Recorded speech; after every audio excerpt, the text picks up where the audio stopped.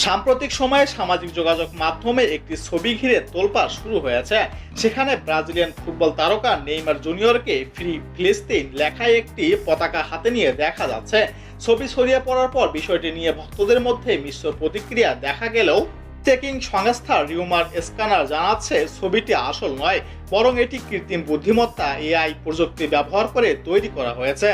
Rumour স্ক্যানের অনুসন্ধানে দেখা যায় নেইমারের অফিসিয়াল ইনস্টাগ্রাম, ফেসবুক এবং এক্স সাবেক টুইটার অ্যাকাউন্টে এমন কোনো ছবি পোস্ট করা হয়নি।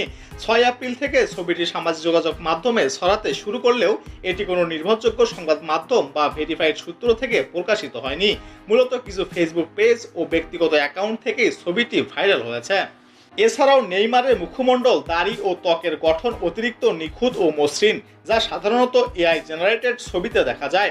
ছবি জুড়ে আলো, ব্যাকগ্রাউন্ড ব্লার এবং রঙের বৈচিত্র্য এআই ছবির সাথে মিল পাওয়া গেছে।